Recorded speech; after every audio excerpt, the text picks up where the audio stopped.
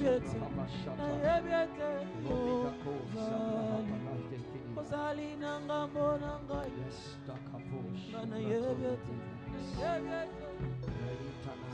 tu es pour nous, qui sera contre nous, Jésus? Ce qui nous réjouit, c'est que celui qui est en nous est plus fort que celui qui est dans ce monde. Ce qui nous réjouit, Seigneur, c'est que toi tu es le plus fort. Quelqu'un affirme que Jésus est Seigneur. Quelqu'un continue à affirmer. Quelqu'un continue à déclarer. Affirme que tu lui appartiens. Déclare encore ton allégeance à Jésus. À Jésus. Si tu es pour nous, qui sera contre nous? Car je sais que les dieux qui viendront par un seul chemin, tu vas les disperser. Je sais que quand l'ennemi viendra comme un flot de la mer, ton esprit Adonai le mettra en fuite. Qui est en moi, le plus fort, il est plus fort, il est plus fort, il est plus fort que ce foyer, il est plus fort que ce défi, il est plus fort que ce diagnostic de ce médecin, il est plus fort. Oh Adonai, nous appartenons, Seigneur. Merci Seigneur. Un privilège que tu nous as offert. Merci Seigneur. Acclamons le Seigneur ce soir. Acclamons Jésus, acclamons Seigneur. Et si tu ajoutais des cris de joie, dans la joie du Saint-Esprit, si tu exprimais ta joie, si tu faisais jaillir la joie qui est cachée dans ton cœur, la joie qui ne dépend pas des choses que tu as, ni des choses que tu manques, la joie qui ne vient que de lui, parce qu'il vit en toi.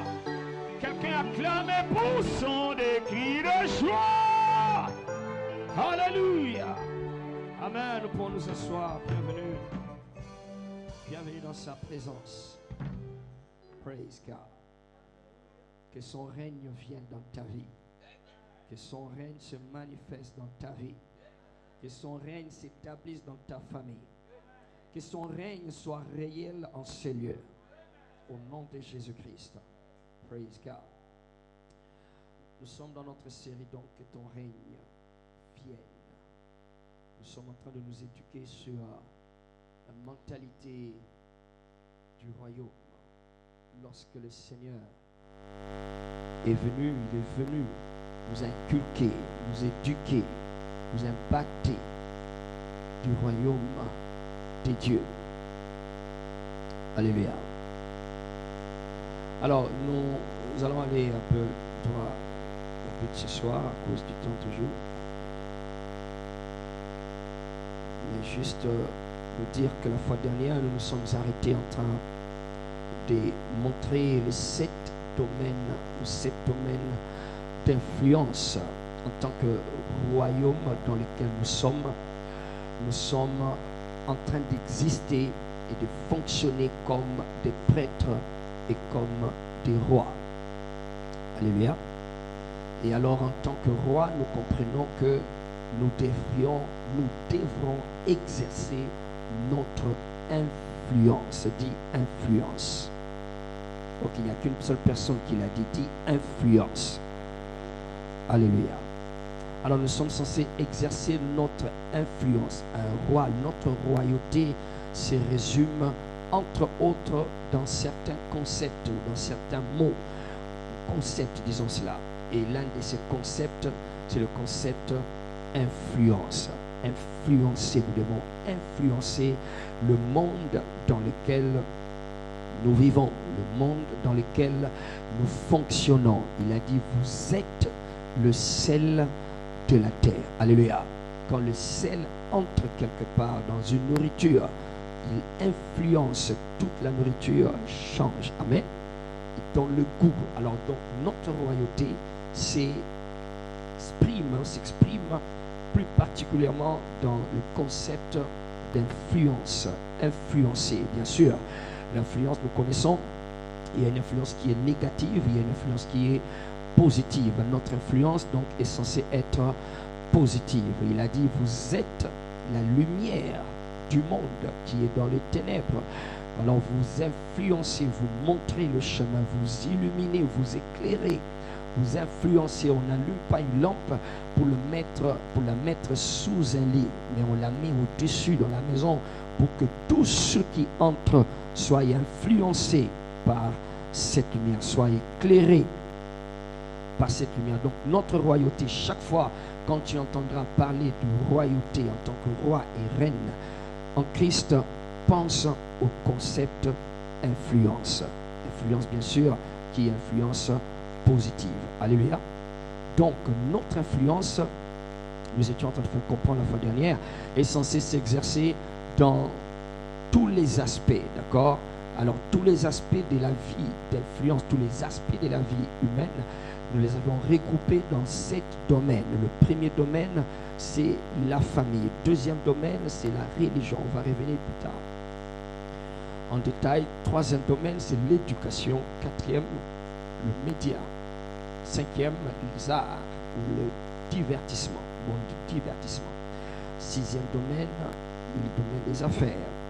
Et septième domaine, le gouvernement, des trônes, des pouvoirs. Alléluia.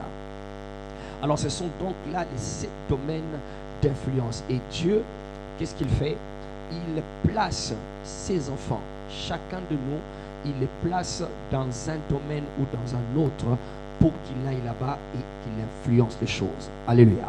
Et la prière que nous allons faire ce soir à la fin, c'est que Dieu puisse te placer dans ton domaine. Alléluia. Pour que tu ailles influencer. Praise the Lord.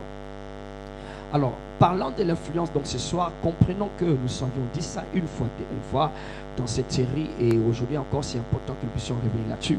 Nous étions en train de faire comprendre que pour exercer notre influence d'enfant de Dieu, ce n'est pas dans les 4 murs de l'église, d'accord?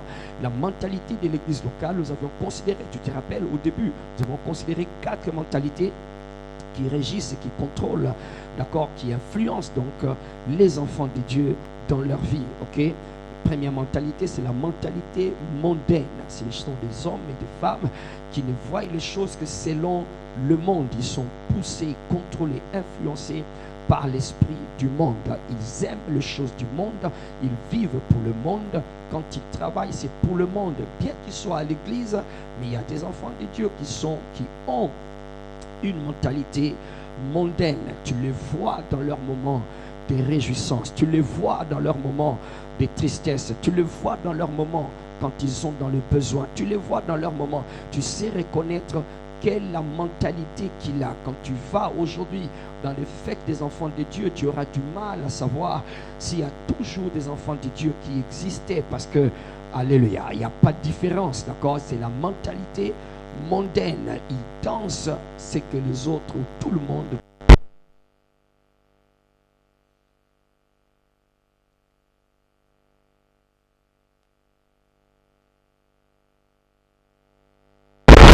C'est une conception, c'est une invention des pasteurs, ok, parce qu'ils sont épris de jalousie ou je ne sais quoi encore, ok, comme si nous partageons leur argent, d'accord, et ça existe, la mentalité mondaine existe, parce qu'il y a un esprit que l'apôtre Paul appelle l'esprit du monde. C'est l'esprit du monde. Il dit, nous n'avons pas reçu l'esprit du monde, mais nous avons reçu l'esprit qui nous vient du Père et par lequel nous crions Abba Père. Alléluia.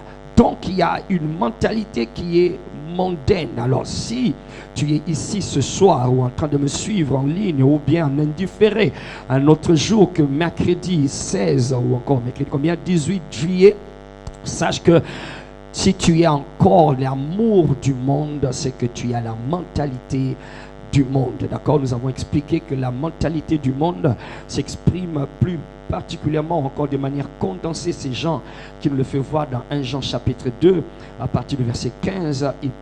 Il résume en fait la mentalité ou l'esprit du monde. Il dit n'aimez pas le monde, n'aimez pas le monde, n'aimez pas le monde et les choses qui sont dans le monde. Il dit ces choses, il les groupe en 3. La première, c'est la convoitise de la chair, c'est que la chair veut, c'est que la chair veut avoir, c'est que la chair veut manger. Elle a des besoins qu'elle ne sait même pas articuler, qu'elle ne sait même pas catégoriser. La chair, c'est qu'elle veut l'avoir, d'accord? Et ainsi le diable est venu tenter Jésus par la convoitise de la chair, parce qu'il avait faim. La chair veut manger. Alors il dit, si tu es fils de Dieu, dis à ces pierres qu'elles deviennent du pain. C'est la convoitise de la chair. Même dans les besoins légitimes, le diable peut toujours avoir accès. Tout dépend de quelle mentalité qui est en toi, quelle est la mentalité qui te gère, qui te conduit. Et puis j'en parle deuxièmement de la convoitise des yeux. La convoitise des yeux, c'est que c'est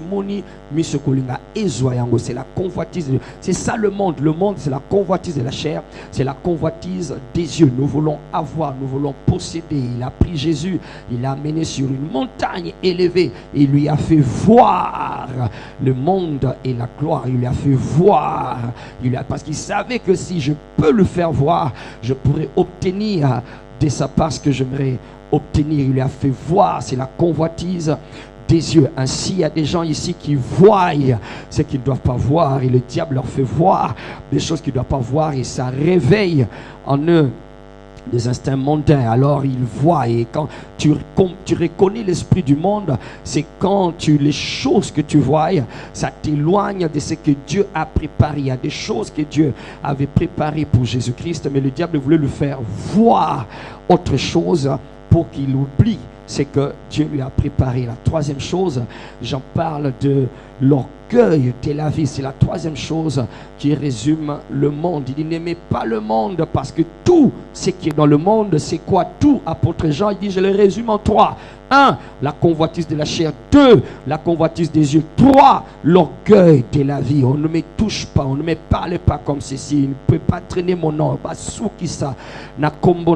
n'aime pas qu'on touche à ma vie. Je n'aime pas qu'on fouille dans ma vie privée. Il a dit, si tu es fils de Dieu, jette-toi du haut de ces temples, parce qu'il a dit, il donnera des ordres à ses anges de te porter. C'était pour susciter l'orgueil en Jésus-Christ. Alors donc, c'est ce qui constitue le monde. Alors tout ce qui est dans le monde, d'accord, il dit, n'aimez rien de toutes ces choses qui est dans ce monde. C'est la première mentalité. La deuxième, je suis en train d'insister pour ton voisin qui était absent, la deuxième, c'est la mentalité de l'église, ou plutôt c'est la mentalité diabolique. Commençons là. La mentalité diabolique, c'est la mentalité des ténèbres. C'est la mentalité des ténèbres.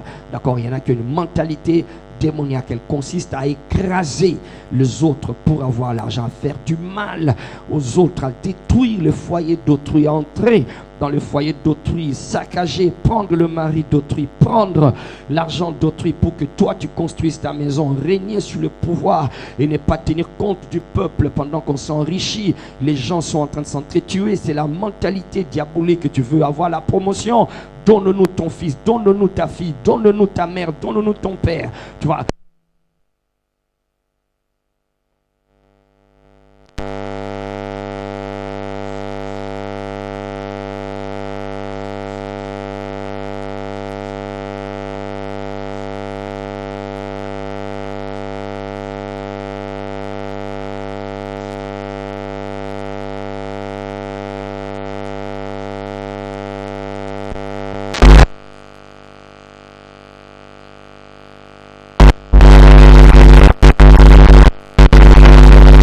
La mentalité de l'église locale, pasteur, est dangereuse. C'est là que j'étais en train de venir. Si tu me vois en train de faire ces grands rappels, c'est parce que j'aimerais insister sur le fait du danger de la mentalité de l'église locale. La mentalité de l'église locale est dangereuse. Pourquoi? Parce que la personne qui a la mentalité de l'église locale pense qu'elle est bien parce qu'elle n'a pas la mentalité mondaine, pense qu'elle est bien parce qu'elle n'a pas la mentalité des ténèbres, elle n'a pas la mentalité des ténèbres, mais elle est dans l'église de Jésus-Christ. Elle est en train de servir le Seigneur. Elle ne manque pas le culte. Elle est toujours présente. Elle sert dans un département. D'ailleurs, elle donne ses offrandes, elle paye ses dîmes. D'accord? Il fait toutes ces choses que nous faisons dans l'église. Il les fait. Alors, il pense qu'il est bien, mais il est encore plus dangereux que celui qui a la mentalité mondaine, ou encore plus dangereux que celui qui a la mentalité des ténèbres, parce que eux, ils savent et ils aiment ce qu'ils sont en train de faire. Voilà pourquoi, par exemple, dans leur fête, ils ne peuvent jamais commencer avec la musique chrétienne et finir avec la musique chrétienne. Et d'ailleurs, ils vont commencer à déclarer. D'ailleurs, la musique chrétienne, ils les mettent juste pour qu'en attendant que les gens viennent ou peut-être pour insulter. Ok, my God, alléluia. Alors, mais ils savent ce qu'ils sont en train de faire, mais les enfants de Dieu dans l'église, avec la mentalité de l'église locale, ils sont des hypocrites. Ce sont des gens qui pensent qu'ils sont arrivés, mais ils ont encore beaucoup à faire. Pourquoi? Parce que c'est ce qui fait que l'église est en train de rater, d'influencer le monde, parce que nous pensons, nous nous comportons comme si nous étions arrivés. Il suffit que je sois dans le culte en train d'adorer et de danser plus que tout le monde. On se bat pour les postes, on se bat pour les places dans l'église, on se chamaille, on se critique les uns les autres. Ça nous suffit. Il suffit qu'il y ait une bonne prédication, on dit amen, et des déclarations et nous disons amen. Ça nous donne comme une consolation. C'est comme si on nous calmait dans un calmant de Feralgan ou bien de Doliprane. Et du moment que la tête arrête de faire mal, de toute façon je rentre, je n'ai plus mal à la tête, mais encore demain matin ça revient. Bon, avant que je puisse commencer à me plaindre, je vais encore retourner les dimanches et le pasteur va encore prêcher. Alors nous sommes renfermés dans une sorte de cercle et on n'avance pas et on tourne tout autour. Pourquoi? Parce que nous n'avons pas compris, excuse-moi, écoute-moi très bien, nous n'avons pas compris que la vraie influence que nous devons mener, ce n'est pas dans les quatre murs de l'église. La vraie influence, notre royauté, c'est là-bas dehors. Dis avec moi, c'est là-bas dehors. C'est là dehors que nous devons influencer. C'est là dehors que nous devons vomir. Ici, nous venons pour être instruits. Nous venons pour être éduqués. Nous venons pour être équipés. Et quand nous sommes instruits, éduqués, équipés, nous devrions aller là-bas pour nous manifester. Mais les enseignements nous ont fait croire que là-bas c'est la perdition, là-bas c'est les ténèbres, là-bas nous sommes combattus, là-bas il y a les occultistes, il y a toutes ces sciences que vous connaissez, les francs-maçons, Rose-Croix, Maïkari, Kanka, tout ce que vous savez, d'accord, message du Christ, toutes ces choses-là, il dit nous sommes combattus, alors on se réfugie dans l'église. Nous nous comportons comme le serviteur d'Élisée lorsque le roi de Syrie a envoyé ses militaires chercher Élisée pour l'arrêter parce qu'Élisée était en train de dévoiler tous les secrets de guerre qu'il lui donnait à ses troupes, à ses généraux. Alors Élisée les recevait par révélation. Alors il a demandé mais qui est notre traître? On lui a dit il n'y a pas de traître parmi nous, c'est Élisée le prophète qui révèle au roi toutes les stratégies de guerre. Alors il a dit allez me chercher Élisée et attrapez-le, amenez-le moi. Ils sont venus chercher Élisée. Alors le serviteur d'Élisée, il sort le matin. Nous sommes là dans 2 Rois chapitre 7. Il sort le matin. La Bible dit très tôt matin, il est sorti. Et quand il est sorti, il a vu que la ville était assiégée. Alors qu'est-ce qu'il a fait? Il est rentré à la maison. Et c'est comme ça que l'église se comporte aujourd'hui. D'accord? Quand nous sortons, nous rencontrons une certaine résistance, une certaine opposition. Nous rencontrons des choses contraires qui contredisent les choses que nous apprenons à l'église, des choses que nous entendons à l'église. Au lieu de les affronter, nous fuyons dans l'église, nous retournons dans les cultes. Et là, nous nous comportons comme ici c'est bien, mais là-bas c'est dangereux. L'église n'est pas une cité d'échappatoire, c'est une cité de refuge. Alléluia. Il y en a qui ont considéré l'église comme un lieu pour échapper à la réalité, pour fuir la réalité. Ok, ils fuient la réalité. C'est comme ça que nous sommes en train de nous comporter. Alors nous n'avons pas su que notre domaine d'influence, c'est là dehors. Et c'est cet domaine d'influence sont les domaines qui résument donc là où toi et moi, nous devrions influencer. Alléluia. Alléluia. Dis avec moi, je dois influencer. Dis-le comme quelqu'un qui influence. Dis, je dois influencer. Là-bas dehors.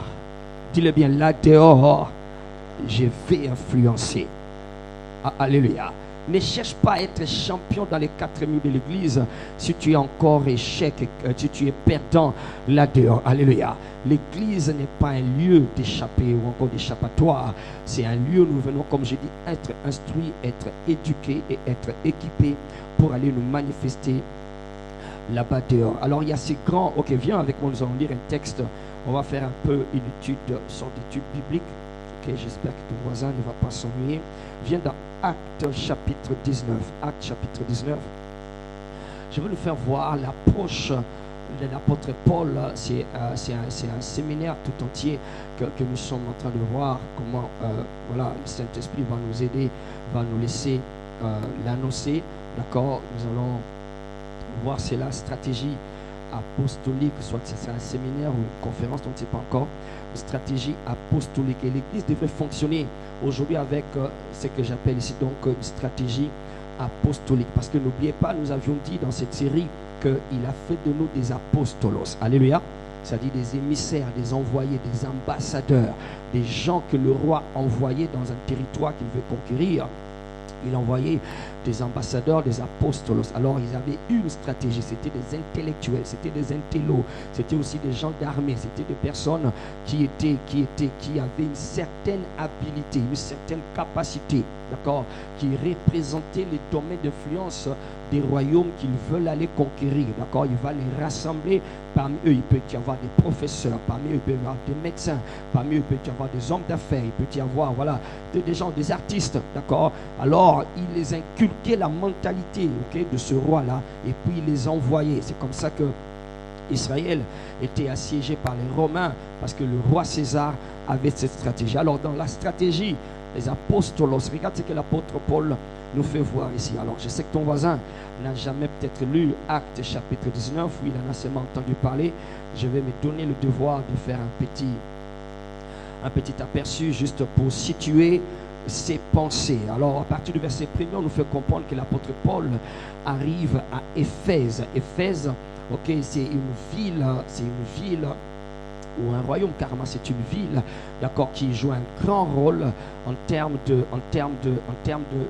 nous enseigner sur comment est-ce que nous devions nous comporter dans cette conquête du monde, d'accord. L'église d'Éphèse ou encore la ville, la cité d'Éphèse renferme beaucoup de réalités. C'est dans la cité d'Éphèse, d'accord, que l'apôtre Paul envoie la lettre qui décrit ce qu'on appelle le combat spirituel. C'est là où Paul donne une des révélations qui n'a jamais été donnée, que nous ne combattons pas contre la chair et le sang, mais nous combattons contre les principautés, les dominations, les autorités, les esprits méchants dans les lieux célestes. Alors c'est à Éphèse que l'apôtre Paul dit dans 1 Corinthiens 15, verset 32, il dit là-bas, j'ai combattu contre les bêtes, j'ai affronté les bêtes. Alors on ne sait pas dire si ces bêtes étaient physiques, si c'était spirituel, mais dans tous les cas, il y avait des bêtes physiques aussi. Il y avait des bêtes physiques. Quand on attrapait les chrétiens pour les persécuter, on les jetait dans ce qu'on appelle arène ou arena, pas l'arène qui allait jouer l'autre. Alléluia.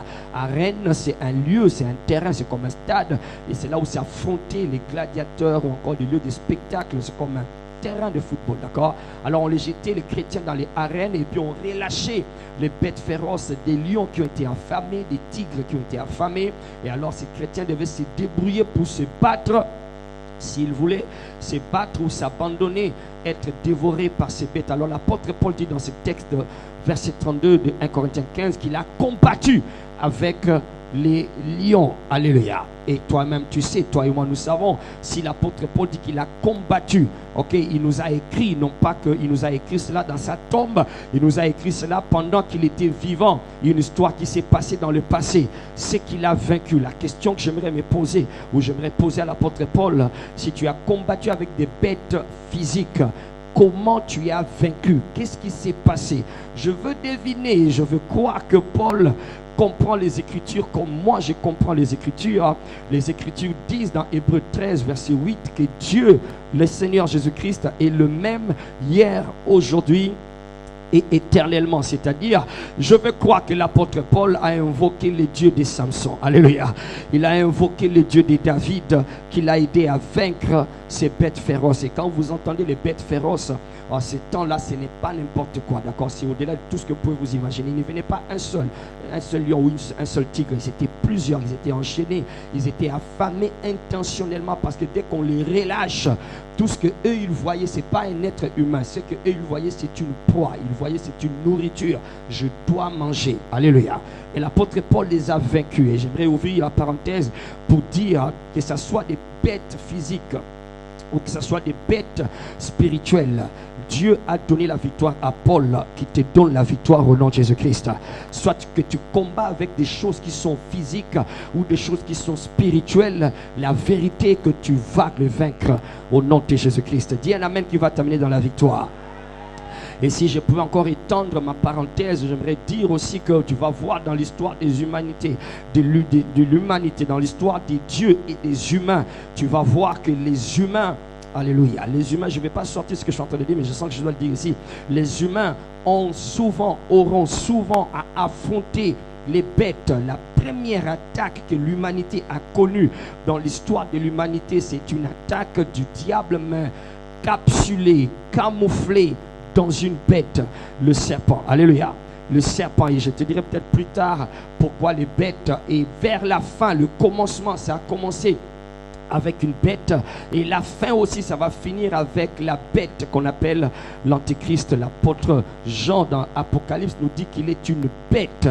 On dit la bête, c'est l'antéchrist. Alors donc, c'est pour dire que les humains auront souvent à affronter des bêtes. Écoute-moi bien, que ce soit physique, que ce soit spirituel, il y a toute une réalité là-dessus. Voilà pourquoi Jésus-Christ, quand il voulait nous annoncer qu'il nous a donné le pouvoir, il n'a pas dit qu'il nous a donné le pouvoir sur les diables et ses démons. Il a dit que je vous donne le pouvoir de marcher sur quoi? Sur les serpents et sur les scorpions et toute la puissance de l'ennemi, et rien ne pourra te nuire. Alléluia.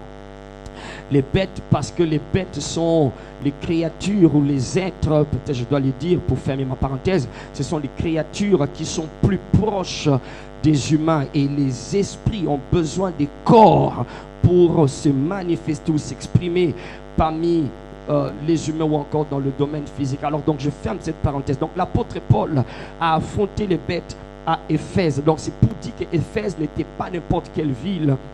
Lorsque Jésus apparaît à Jean dans Apocalypse, il lui donne la lettre, il dit: écris cette lettre à l'ange d'Éphèse. Et quand tu lis la lettre qu'il a écrite à l'ange d'Éphèse, tu vas voir là-bas que Jésus est en train de dire: je sais que là où tu vis, il y a le trône de Satan, il y a le trône de Satan, il y a le trône de Satan. Le Satan est allé établir son trône à Éphèse, dans ce milieu-là. Alors donc, Éphèse, c'était juste pour dire à ton voisin, pour qu'il comprenne, Acte 19 n'est pas n'importe quelle cité. Alors l'apôtre Paul arrive à Éphèse, il se rend compte qu'il y a des enfants de Dieu. Là, des enfants de Dieu avec la mentalité de l'église locale, d'accord? Il leur demande: est-ce que vous avez déjà reçu le Saint-Esprit?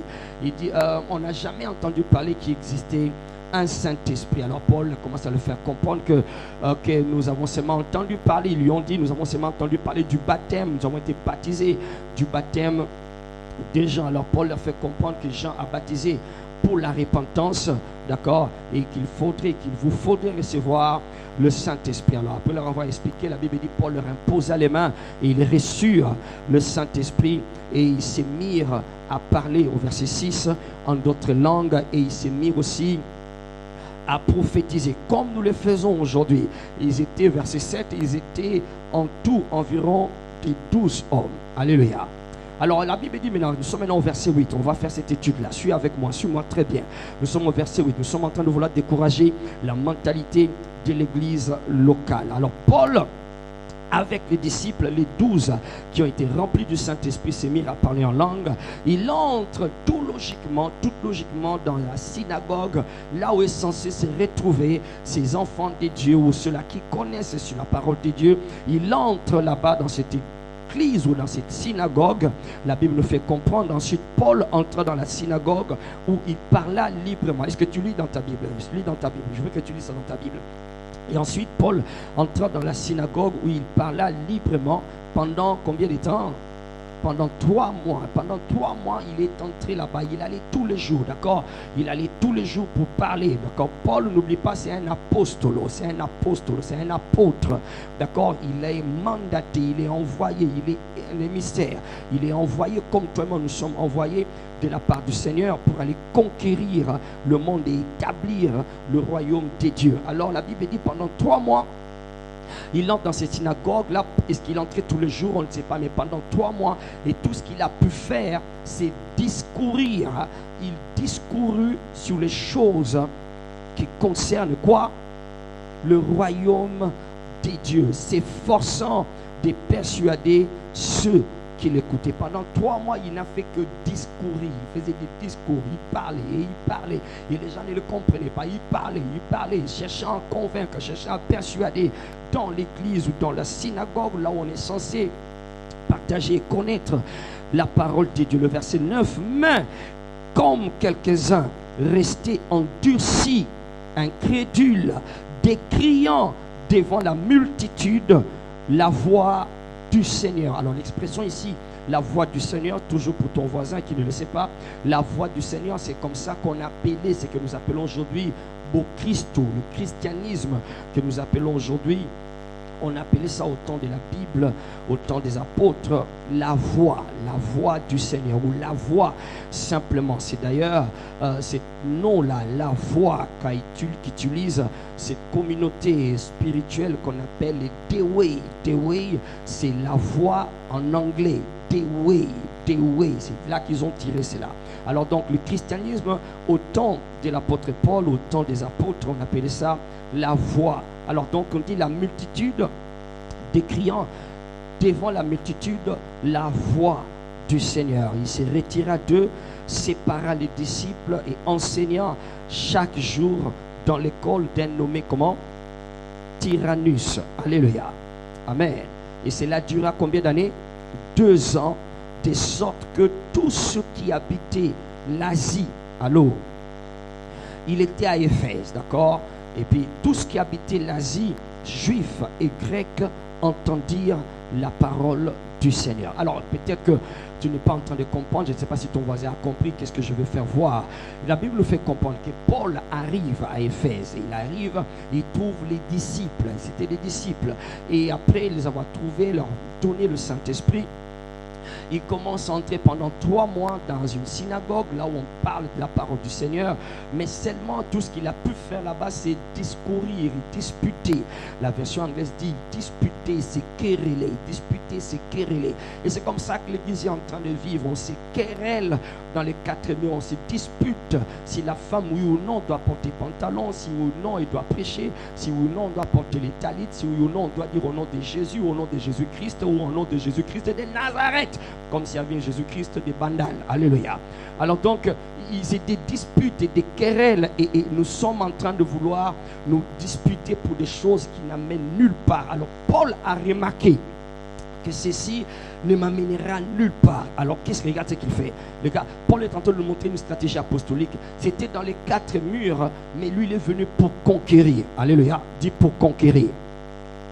La Bible dit, il s'est retiré de cette synagogue et il est allé, il a commencé à opérer, j'aime bien utiliser le mot opérer, il a commencé à opérer dans l'école d'un nommé comment? Tyrannus. Il a décidé de se retirer et il est allé commencer à opérer dans l'école de quelqu'un qu'on appelait Tyrannus. Alors, et la Bible dit, quand il est entré dans cette école, c'était une école, dis avec moi, c'était une école. Quand il est entré dans cette école, la Bible dit, les 3 mois qu'il a fait là-bas, il n'a pu rien obtenir, mais en 2 ans, depuis qu'il est entré dans cette école, en 2 ans, ce qu'il était en train de faire a réussi à affecter l'Éphèse, la ville là où il était, mais pas seulement l'Éphèse, il dit toute l'Asie, tout un continent a été affecté, a été impacté, a été influencé. Allô? A été influencé par ce que l'apôtre Paul faisait à partir de l'école d'un nommé qu'on appelait Tyrannus. On dit et les Juifs et les Grecs entendirent la parole du Seigneur. Qu'est-ce que je veux faire voir? Je vais te faire voir une chose. Peut-être que tu ne l'as jamais vu. Je suis en train de te faire comprendre que notre moyen, plutôt notre domaine, notre lieu d'influence, ce n'est pas dans les 4 murs. Notre lieu d'influence, c'est là-bas dehors. Alléluia. C'est là dehors que nous influençons. C'est là dehors que notre impact va se faire sentir. Ce n'est pas en cherchant à nous convaincre les uns les autres, ok, dans les 4 murs. Paul a compris cela, il est allé là dehors. Et là dehors, c'est dans l'école d'un nommé Tyrannus. Tyrannus, du grec, c'est tyranno, ou encore tyrannos.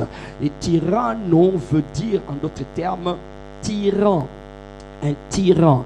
Dans l'école du tyran. Tyran, c'est un leader, c'est un chef qui est en train de régner, d'accord, de régner sur un certain peuple. Il règne sur un certain peuple, mais de la mauvaise manière, d'accord. Il ne règne pas comme il faut, il est en train de régner sur eux. C'est le nommé tyran, là où l'apôtre Paul parle. Et le langage que le Saint-Esprit veut nous faire comprendre, c'est que nous étions dans les 4 murs, l'apôtre Paul, ça n'a pas marché, mais nous retournons dans le monde, dans l'école des tyrans, du tyran que tout le monde connaissait. Tout le monde dans la ville connaissait l'influence de cet homme qu'on appelait tyran. Il n'avait rien à voir avec la parole de Dieu, il n'avait rien à voir avec les choses de Dieu. Mais c'est justement là où Paul a choisi comme son terrain d'influence. J'avais dit encore, et je le répète encore ce soir, le combat spirituel, le terrain du combat spirituel, ce n'est pas vraiment à genoux là où tu pries. C'est bien que tu dois prier.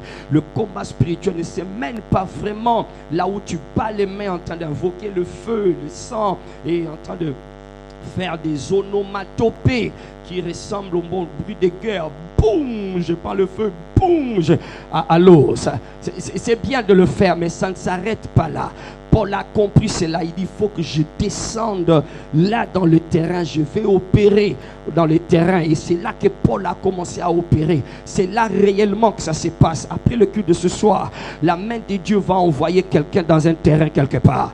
Et la Bible dit, dans 2 ans simplement, 2 ans, toute l'Asie a écouté la parole, a été affectée. Alors si tu penses que écouter la parole ici, c'est juste comme toi tu es en train de m'écouter, d'accord, c'est comme ça que nous faisons chaque fois que nous venons au culte, nous écoutons la parole, les vibrations sonores transpercent nos capacités auditives et ça entre dans notre cerveau et puis 45 minutes après 1 heure, ça disparaît. Ce n'est pas l'écouter là auquel on fait allusion ici. On dit dans 2 ans, toute l'Asie écouta la parole. Ce n'est pas ce genre d'écouter auquel la Bible fait allusion. Si tu veux comprendre les gens d'écouter, nous allons lire quelques versets de plus pour faire comprendre les gens d'écouter auxquels on fait allusion. Allons directement, nous sautons. La Bible dit, ok, nous étions au verset 10. La Bible dit, si tu vas au verset 13, ok, non, continuons d'abord. Au verset 11, on dit, et Dieu faisait quoi?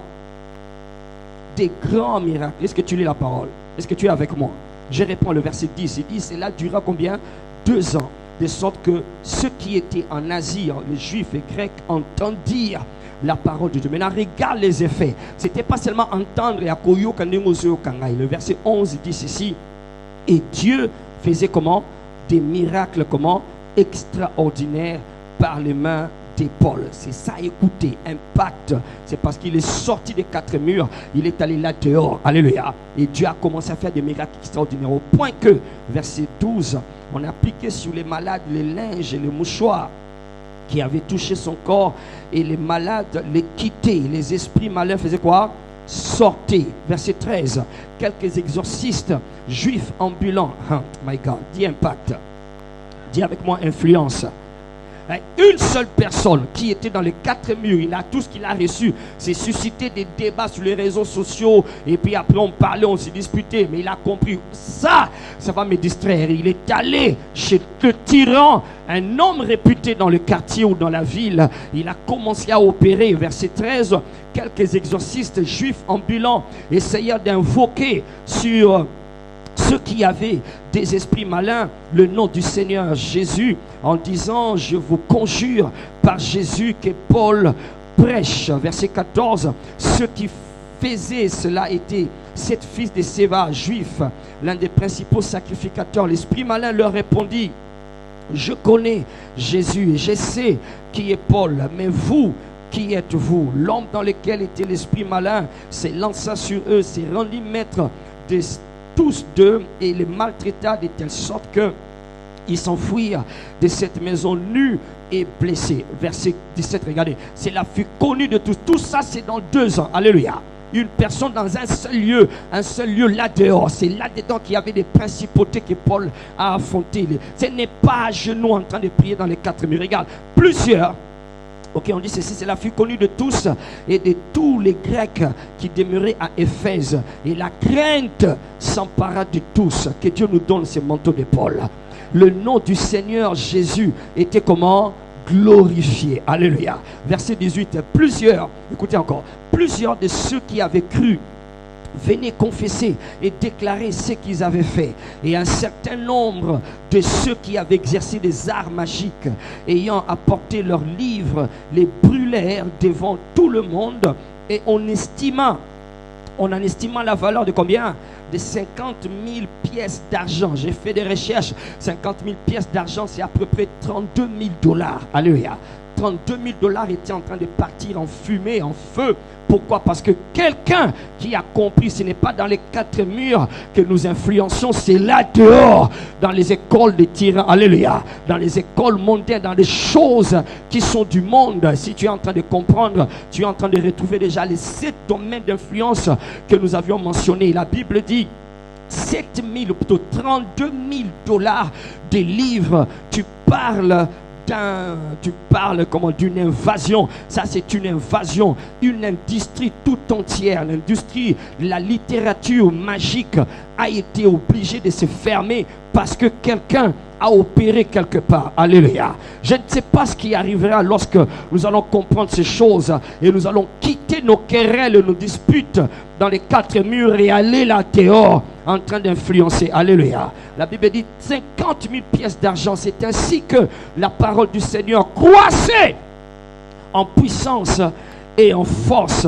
Après que ces choses se furent passées, Paul forma le projet d'aller à Jérusalem en traversant la Macédoine et ainsi de suite. Alors la Bible dit on continue, d'accord. Il survint à cette époque, on continue, on saute, d'accord. On lit à cette époque là où Paul était à Éphèse. Il survint à cette époque un grand trouble au sujet de la voix du Seigneur. Un nommé Démétrius, orfèvre, fabriqué en argent des temples de Diane. Diane, c'était la déesse principale à Éphèse. C'était une grande déesse. D'ailleurs, ils étaient tellement en train de l'adorer qu'ils avaient pensé, ou encore qu'ils croyaient, ou plutôt, ils savaient, d'accord, que la déesse Diane, sa statue n'a pas été fabriquée par des humains. Sa statue est venue du ciel. Elle est tombée du ciel, boum. Et puis, ils ont compris que c'est la déesse Diane qui a voulu dire que c'est moi votre Dieu. N'adorez pas un autre Dieu. Alors, on dit qu'après l'impact de Paul, à cause de l'impact de Paul, un nommé Démétrius, orfèvre fabricant en argent des temples de Diane, et procuré à ses ouvriers un gain considérable, il les rassembla avec ceux du même métier et dit: hommes, vous savez que notre bien-être dépend de cette industrie. Dis avec moi, industrie. C'est le secteur d'influence, donc le secteur de business, d'accord. Paul, avec ce qu'il a fait, il est entré dans tout un business à partir de l'école de Tyrannus. Il dit notre industrie dépend de cela. Il dit ceci: vous voyez et attendez que non seulement à Éphèse, mais dans presque toute l'Asie, ce Paul a persuadé et a détourné la foule des gens en disant que les dieux faits des mains d'hommes ne sont pas des dieux. Les dangers qui en résultent, Démétrius continue à parler, les dangers qui en résultent, ce n'est pas seulement que notre industrie ne tombe en discrédit, c'est encore que le temple de la grande déesse Diane ne soit tenu pour rien. Ça, c'est le domaine de la religion. Toujours, c'est l'influence. Donc, Paul est en train d'influencer le domaine de l'art, le domaine de la religion, le domaine de business. C'est juste l'influence parce qu'il est sorti des 4 murs. Alléluia. Il dit ceci: et même que, je réponds le verset 27, le danger qui en résulte, ce n'est pas seulement que notre industrie ne tombe en discrédit, c'est encore que le temple de la grande déesse Diane ne soit tenu pour rien, et même que la majesté de celle qui est réservée, de celle qui est révérée, voilà, dans toute l'Asie et dans le monde entier, ne soit réduite. En ayant ces paroles, les ayant remplis de colère, ils se mirent à crier: grande est la déesse Diane des Éphésiens. Toute la ville fut dans la confusion. Ils se précipitèrent tous ensemble au théâtre en entraînant avec eux Gaius et Aristarque, le macédonien compagnon de voyage de Paul. Paul voulait se présenter devant le peuple et les disciples l'en empêchèrent. Quelques-uns quelques-uns même des Asiatiques qui étaient ses amis envoyèrent vers lui pour l'engager à ne pas se rendre. Donc il y avait une pagaille, alléluia, il y avait un désordre et tout cela, d'accord. Je suis en train de vouloir terminer quelque part. Ok, nous sortons au verset 32, nous sortons au verset 33. J'aurais bien voulu parler d'Alexandre. Alexandre, je n'ai pas le temps de parler d'Alexandre parce qu'Alexandre, c'était un des compagnons dans l'équipe de Paul. Mais Alexandre, après, il s'est détourné contre Paul. La Bible dit, Paul dit que Alexandre m'a fait beaucoup souffrir. Mais on va parler de ça plus tard. Alors, Paul, tout ça, c'est son influence. Il a influencé, si vous voyez là-bas, tous les secteurs, l'art, la famille, le business, l'éducation a été impacté parce que Paul a compris l'influence que nous devons exercer. C'est là dehors. Qu'est-ce que je veux dire? Parce que l'heure est passée, je vais terminer en disant ceci. Que Dieu te prenne aujourd'hui et qu'il commence à te trouver ta place dans ces domaines d'influence. Et là que tu puisses manifester la gloire de Dieu qui est en toi. Alléluia. Alléluia, parce que le vrai combat spirituel, j'insiste là-dessus, le vrai combat spirituel, ce n'est pas celui que tu fais à 3 heures du matin parce qu'on t'a dit, tu te réveilles à minuit, à 3 heures et à 6 heures, tu vas combattre. Il y en a qui font cela, mais après ils viennent échouer ici dans l'église, en train de danser, de se déhancher, de rouler par terre, en train de tourner, ok, tout leur temps, mais là dehors, ils ne savent pas comment les choses se passent. Là dehors, ils ne savent pas comment contrôler. Là dehors, ils ne savent même pas comment les règles fonctionnent. D'accord? Et alors quand ils échouent là-bas, ils pensent qu'ils doivent venir prier ici pour que Dieu leur donne une raison de réussir. Écoute ce que la Bible dit. La Bible dit, si tu vois un homme qui est diligent, si tu vois un homme qui est habile, j'aime comment lui second le dit, un homme qui sait ce qu'il faut faire et comment le faire. Si tu le vois, c'est avec le roi qui va se retrouver. Alléluia. Il dit, tu ne le trouves pas à l'église, tu ne le trouves pas dans les 4 murs. C'est parmi les grands, c'est parmi le roi, c'est parmi les tyrans, c'est parmi les tyrannus que tu vas le trouver. Et c'est là-dedans qu'il va influencer. Que Dieu fasse que dans VIP Church, qu'il n'y ait pas que des gens qui écoutent la parole de longueur de journée, qui disent amen de longueur de journée, mais des hommes et des femmes qui ont compris que je suis un apostole, un ambassadeur, et là où je dois régner, je dois représenter le royaume là-bas. Ça ne sert à rien de venir dire amen ici quand tu ne sais pas te soumettre à ton mari, quand tu ne sais pas aimer ta femme, parce que le domaine d'influence c'est la famille. Tu ne sais pas venir m'intimider ici par tes amen quand tu ne sais pas te soumettre à tes parents, parce que dans la famille là-bas, là où tu es, ce sont les premières personnes qui doivent témoigner réellement que toi tu es né de nouveau, parce qu'ils te connaissent mieux que ton pasteur, ils te connaissent mieux que ton voisin. C'est eux qui savent comment tu mentais quand tu prenais les bonbons de tes soeurs, comment tu volais les habits des autres pour sortir et aller dans les boîtes de nuit. C'est eux qui savent comment tu te comportes lorsque tu es provoqué. Alors ici tu peux faire des 32 dents en train de sourire, un sourire faux, un sourire masqué, mais dans le cœur c'est rempli de rapines et de souillures. Et là-bas ils savent. Est-ce que ta femme peut témoigner réellement que tu es né de nouveau? Est-ce que ta mère peut réellement dire que toi tu as changé? Est-ce que tes frères savent réellement que même que toi tu viens à l'église? D'ailleurs, il est même possible que ceux qui sont avec toi dans la même maison, dans le même quartier, quand ils apprendront que tu viens à VIP Church, ils peuvent dire, j'ai pensé que cette église était une bonne église, mais s'il est en train de partir dans cette église, moi je ne veux plus partir. Le diable est un menteur. Je suis venu impacter une génération ce soir. Je suis venu susciter une armée parmi nous, des hommes et des femmes qui comprennent. Ce n'est pas dans l'église que je dois savoir démontrer des révélations. Je m'en fous de tes révélations, apôtre Paul, dans la synagogue. Si ce n'est pas capable d'impacter l'Asie, si ce n'est pas capable de changer Éphèse, que Dieu nous donne des Paul et des Paulines qui comprennent que chacun dans son domaine, que ce soit dans la famille, que ce soit dans la religion, que ce soit dans l'éducation, que ce soit dans le média, que ce soit dans l'art ou dans le divertissement, que ce soit dans les affaires et dans le gouvernement, c'est là-bas que je dois partir. C'est là-bas que je dois me manifester. Si tu lèves tes mains, je prie le Seigneur qu'il puisse étendre sa main et qu'il te touche ce soir. Les démons que tu remportes, les démons Que tu chasses à 3 heures du matin, c'est bien, mais tu vas les rencontrer à l'école. Tu vas les rencontrer là où tu vas au marché. Tu vas les rencontrer là où tu vas travailler. Et c'est là que tu vas leur démontrer que ici, c'est moi qui règne. Ici, je vais établir la bannière de Jésus-Christ.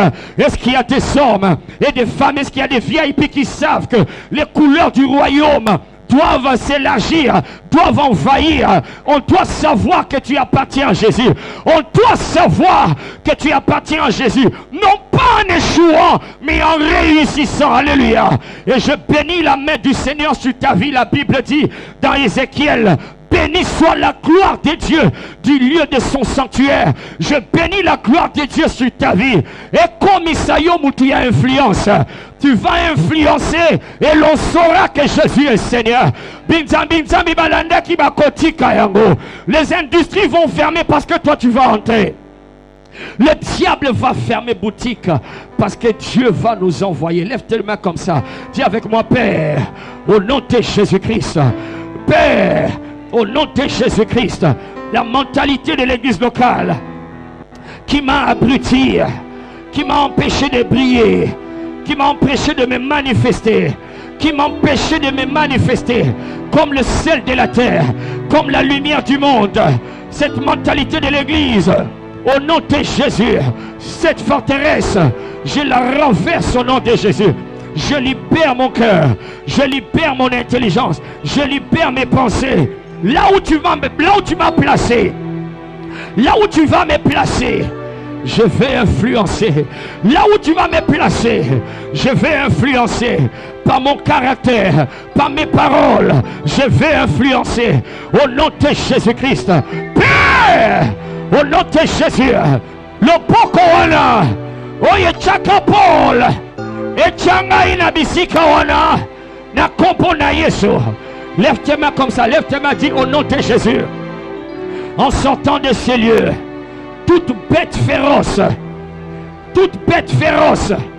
qui représente la méchanceté du diable, en sortant de ces lieux, je m'annonce au nom qui est au-dessus de tout nom. Je suis unstoppable, je suis invincible. Oyonako Simba, Eko Simba. Esikana kotia maboko, Eko Simba.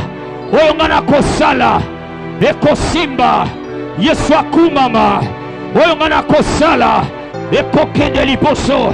Il n'y aura pas d'échec. On saura qu'il y a un Dieu qui a créé les cieux et la terre. On saura qu'il y a un Dieu, le Dieu que je sers.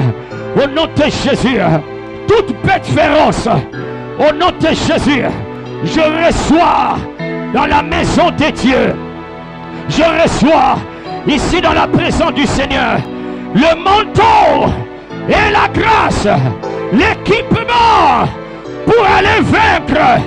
Na kombo na Yesu, ba oyo balonga nga lobi, posez la tour oyo na zoya. Au nom de Jésus, je ne vais pas échouer, je ne vais plus échouer, je vais réussir, car il arrivera dans ces temps, la montagne de la maison de Dieu va s'élever. Nazomata, Nazomata, je ne serai pas en bas, toujours en haut, en train de réussir. Au nom de Jésus. Merci Seigneur, merci Seigneur, merci Seigneur, merci Seigneur. Balancez ma, dis merci au Seigneur. Balancez ma, dis merci au Seigneur. Au nom de Jésus-Christ, je n'ai rien à prouver dans les quatre murs. Merci Seigneur, je dois prouver là-bas dehors. Au nom de Jésus, béni soit ton Seigneur. Merci Seigneur, merci Seigneur, merci Seigneur. Au nom de Jésus, nous avons ainsi prié. Acclame le Seigneur. Alléluia. Alors, comprends ce que nous sommes en train de dire. D'accord, c'est bien d'être à l'église. Alléluia. Mais ce n'est pas ici que tu te manifestes. Amen. Allô, c'est là-bas que tu te manifestes. Amen. Et sache que tu as ce qu'il faut. On n'a pas eu le temps de faire voir ça. Tu as tout ce qu'il faut pour aller te manifester. Allô. J'avais dit ça, je ne sais pas quel jour. Parce que le mercredi passé, j'avais dit, tu dois commencer à faire de ta réussite une cause morale. Hein? Une cause morale, c'est-à-dire que morale, ça veut dire que c'est comme si, là, tu as une question, est-ce que tu peux te promener nu dehors? Hein? Tu peux te promener nu dehors? Allô? Même chez toi, à la maison, au salon, tu ne sors pas nu. Praise the Lord. Parce que c'est immoral, c'est une cause morale. Allô? C'est comme ça que l'apôtre Paul a vu les choses. Il ne pouvait pas concevoir que je continue à discuter, à discourir pendant 3 mois sans avoir aucun résultat. Il a compris que ici, là, d'accord, c'est là dehors qu'il faut les affronter. Et quand il est allé les affronter, ils commençaient à venir déposer leurs armes. Ils ont déposé leurs livres, ils ont fermé leur industrie. Les politiciens sont venus se soumettre. La Bible dit c'est ainsi que la parole de Dieu était en train de croître. Praise the Lord. Alléluia. Alors je sens que je dois prier pour quelqu'un ici ce soir. Ils ont été cachetés, ils ont été marqués, ils ont la marque de l'échec, d'accord? La marque de l'échec, ils ont été marqués. C'est-à-dire que quand ils entrent dans un milieu, dans un environnement, d'accord? Même si ça réussissait, quand lui il entre, quand eux entrent, ces gens-là qui ont cette marque-là, d'accord? L'échec doit venir dans ce milieu-là. Et tends tes mains ici, je prie pour toi. Tu vas réussir pour que Jésus glorifie. Tu vas réussir pour que Jésus se glorifie. Je prie maintenant par le sang de l'agneau.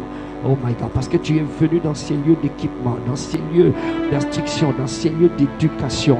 Tu es venu ce soir. Que la marque de la bête, la marque qui interdit la réussite par les choses que tu fais, la marque qui interdit la réussite par les choses, les idées que Dieu te donne. Je déclare sur toi, au nom de Jésus-Christ, sois libéré au nom de Jésus.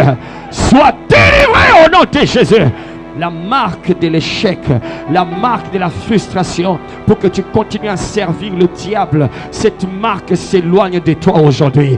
Par le sang de Jésus, sois libéré. Le sang qui a effacé la condamnation, efface cette marque. Mais d'ailleurs, tu es maintenant marqué par la marque de la réussite. La Bible dit, nous avons été scellés par son esprit. Que cette marque de la réussite s'attache à toi. Ma contrat est à Epanayo. Ma opportunité va l'oukayo. Au nom de Jésus-Christ, on va rejeter les autres pour te chercher toi. Parce que quand toi tu y entres, ça va réussir. Le banga soki na koti ekosimba. Annonce-le en esprit. Ceux qui n'a koti les kambo ekosimba. Annonce-le. Envoie cette parole. Annonce-le. Annonce cette parole. Annonce-le. Ça. Oui, va, que ça parte. Ça localise les cœurs et les esprits. On ne cherchera pas personne, on ne cherchera personne d'autre. C'est moi qu'on va appeler, c'est moi.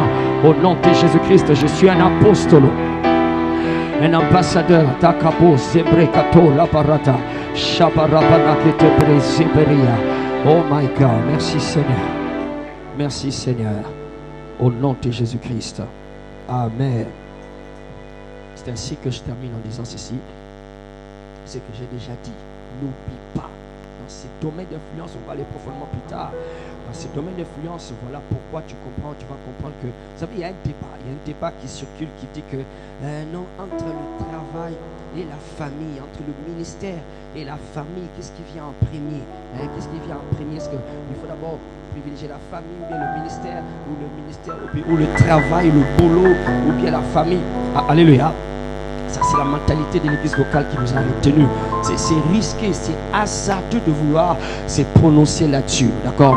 La mentalité du royaume, je nous ai fait comprendre. Rappelez-vous, j'avais dit que quand Dieu a planté Adam dans le jardin, tout ce qui concernait la vie d'Adam était dans le jardin. Allô? Son adoration, son ministère, sa famille, tout était là-dedans. Amen. Il n'y avait qu'une seule chose qui n'était pas dedans, c'était Dieu qui descendait le soir. Alléluia. Alors je cherche à savoir ou bien mon travail passe en premier, mes affaires passent en premier. C'est un débat qui sera très compliqué de répondre. Il y a une seule chose qui doit être le premier, c'est le royaume de Dieu. Il dit cherchez premièrement quoi? Le royaume. Et tout le reste, ça va s'aligner. Alléluia. Que ce soit l'homme, que ce soit la femme, si tout le monde nous recherchons le royaume de Dieu, tout le reste va s'aligner. Est-ce que tu comprends ici? C'est lorsque l'un de nous arrête de regarder le royaume, arrête de chercher le royaume, c'est en ce moment-là que les bêtes arrivent à entrer et commencent à saccager. Alléluia. Alléluia. Ainsi donc, tu comprends ce que j'étais en train de dire, que ton travail, ta vie d'ailleurs tout entière, c'est 3 choses. 1, c'est ta mission. 2, c'est une adoration. 3, c'est un combat. Alléluia. Nous sommes dans une guerre. Adam n'avait pas compris. Quand le serpent est venu, il ne savait pas que c'était une guerre. Alléluia. Alléluia. Je prie encore. Tu ne vas pas tomber victime. Au nom de Jésus.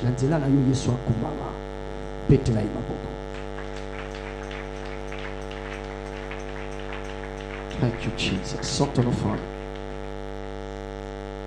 Sors cette offrande-là. Tu vas donner au Seigneur. Thank you, Jesus.